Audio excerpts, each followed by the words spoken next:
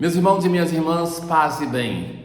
Paulo também chegou àquela situação que se encontrou Jesus, que se encontrou Pedro e João, e que agora é ele que vai viver na própria pele junto com seus companheiros. Ele começa a ser rejeitado. Essa rejeição que vai se agravar, que vai progredir, até levá-lo ao martírio. Mas ali na sinagoga, já os judeus não querem mais escutar, e Paulo então começa a se dirigir aos pagãos. Será essa experiência de Antioquia que vai nascer o apóstolo dos gentios. Enquanto Pedro vai se destinar muito à evangelização dos judeus, Paulo sempre mais vai se orientar para evangelizar os não-judeus, os pagãos. E assim o evangelho vai dando uma diferença cristã, porque não somos uma religião para se identificar com o povo, com a língua, com a cultura, mas somos todos nós, independentemente de tudo isso, que reconhecemos Jesus como o Senhor. Na antífona de entrada de hoje, povo resgatado por Deus, proclamai suas maravilhas, ele nos chamou das trevas à sua luz admirável. Aleluia. No sábado seguinte, então nós vamos ver como, nesta narração, é a palavra de Deus que vai sendo determinante. Porque diz: quase toda a cidade se reuniu para ouvir a palavra de Deus. A cidade se reúne ali, naquela sinagoga, no sábado, não por causa de Paulo e de Barnabé, mas para ouvir a palavra de Deus. Ao ver aquela multidão, os judeus ficaram cheios de inveja. E esta inveja também que vão ter de Jesus, recordemos-nos, porque Jesus atraía a multidão. Eles se sentem incomodados. Então, com muita coragem, Paulo e Barnabé declararam: era preciso anunciar a palavra de Deus primeiro a vós. Então, esta expressão palavra vai ser repetida muitas vezes hoje. Era preciso anunciar a palavra de Deus primeiramente a vós. E vós quem? Os judeus.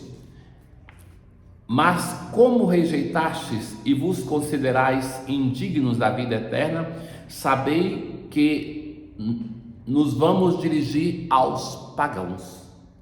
Então eles começam a sentir a rejeição, começam a ser abandonados, porque o Senhor a ordem que o Senhor deu: eu te coloquei como luz para as nações, para que leves a salvação até os confins da terra.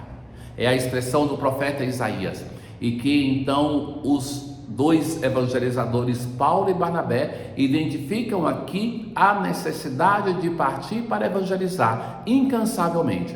Não foram aceitos ali pelos judeus de Antioquia, então se começa a evangelizar os pagãos. Os pagãos ficaram muito contentes. É aquele refrão que aparece sempre nos Atos dos Apóstolos, da alegria que é produzida pela ação da palavra de Deus, pela ação do Senhor Jesus.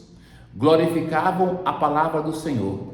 Todos os que eram destinados à vida eterna abraçavam a fé.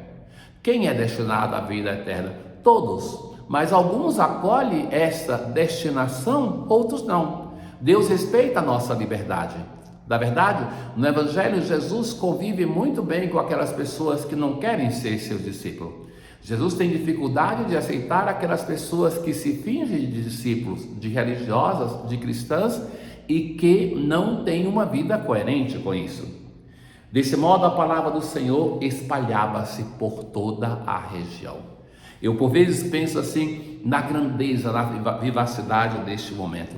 Nós vivemos, meus caros, um momento de grande desânimo, que parece assim que nós, igreja, as comunidades, nós, pastores, vivemos, nos empenhando, fazendo de tudo para conquistar o nosso povo, para evangelizar, e o descaso é imenso. Você pode criar coisas grandiosas, você pode se alegrar, mas entra por um ouvido e sai pelo outro, e que parece assim aquilo que vai dizer o profeta, que vocês parecem como crianças que nas praças se faz brincadeiras e elas não riem, se chora e elas não se entristecem. E isso é uma característica muito do nosso tempo, e que os Atos dos Apóstolos vai dizer-se da alegria das pessoas, porque não tinham nada outra coisa a não ser o fato extraordinário da palavra de Deus. Não é que estavam ali por outra coisa, e que isso já era motivo de grande alegria, até mesmo quando eram perseguidos por causa da palavra de Deus. E é justo o que vai acontecer hoje, que movem uma grande perseguição contra Paulo e Barnabé, os líderes religiosos daquela cidade, então, que instigaram as mulheres ricas e religiosas, assim como homens influentes da cidade, provocaram uma perseguição contra Paulo e Barnabé. Então os apóstolos sacudiram a poeira dos pés, como mandava o Senhor Jesus. Os discípulos, porém, ficaram cheios de alegria e do Espírito Santo. A alegria porque eram considerados dignos de sofrer por causa do nome do Senhor Jesus. O Salmo 97, cantai ao Senhor Deus um canto novo, porque Ele fez prodígios. O Senhor fez conhecer a salvação e as nações sua justiça. Os confins do universo contemplaram a salvação do nosso Deus. Aclamai o Senhor Deus, ó terra inteira. Alegrai-vos e exultai. Na aclamação ao Evangelho de hoje, se guardais minha palavra, diz Jesus, realmente vós sereis os meus discípulos. Jesus continua a falar para os seus discípulos: se vós me conhecesseis, conheceríeis também o meu Pai. Não existe outra possibilidade de conhecer Deus, a não ser através da revelação do seu Filho. E esta é a diferença cristã. Enquanto para os judeus e para os muçulmanos, Deus é escondido em um véu que oculta a sua grandeza, para nós esse véu se rompe e Deus se revela em seu Filho Jesus. Para conhecer o Pai, nós precisamos do Filho.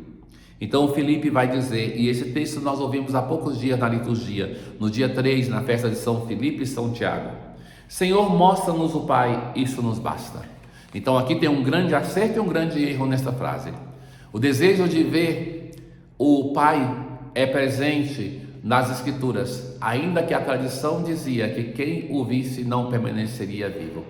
Mas o salmista muitas vezes vai suplicar isso ao Senhor. Mas também esconde o aspecto ruim, que Filipe não percebe que, vendo Jesus, se está vendo o Pai. Ele é a revelação do Pai. E então Jesus vai dizer assim: há tanto tempo estou convosco e não me conheces, Filipe? Quem me viu, viu o Pai. Como é que tu dizes, mostra-nos o Pai? Você não percebe quem é o Pai? Acredita-me, eu estou no Pai e o Pai está em mim. Acreditai ao menos por causa destas mesmas obras. Ou seja, a identidade de Jesus com o Pai é tão intensa, daí a nossa afirmação de um só Deus em três pessoas. Na sua relação conosco, Deus se mostra em três pessoas distintas. Mas existe uma unidade profunda de essência que entre o Pai, o Filho e o Espírito Santo. E Jesus então vai dizer assim que para conhecer o Pai é preciso que se conheça o Filho. É o Filho que se deixa conhecer, é o Filho que assume a nossa natureza para nos revelar quem é Deus e para nos dizer quem é de fato o ser humano sem a influência do pecado. Acredita em mim, quem acredita em mim fará as obras que eu faço. Jesus vai dizer assim que para acreditar nele, devemos acreditar em suas obras. Mas quem nele acredita, fará as obras que ele faz e ainda fará maiores. E o que pedirdes em meu nome, eu o realizarei. Se pedirdes algo em meu nome, eu o realizarei. Nós devemos saber o que pedir. Não é pedir qualquer coisa irresponsavelmente, como se Deus fosse obrigado a cumprir a nossa vontade. Mas Jesus vai dizer que aquilo que nós pedimos e que devemos entrar dentro do tempo de Deus, na espera daquilo que é o momento que Deus vai realizá-lo, quando quer, se o quer. Mas sobretudo, o nosso desejo é aquele de que o Senhor nos dê o seu Espírito, porque sem o Espírito de Deus, nós não sabemos como rezar, nós não sabemos como pedir. E atenção, irmãos meus, muitas das nossas orações, que às vezes nós ficamos indignados porque Deus não atende, elas só são para nos livrar dos nossos problemas banais e que não tocam a essência da nossa fé. Estejamos atentos a isso. Deus eterno e todo-poderoso, fazei-nos viver sempre mais o mistério pascal, para que, renovados pelo santo batismo, possamos, por vossa graça, produzir muitos frutos e chegar às alegrias da vida eterna. Tenham todos um bom dia. O Senhor esteja convosco, Ele está no meio de nós. Abençoe-vos o Deus Todo-Poderoso, o Pai, o Filho e o Espírito Santo. Paz.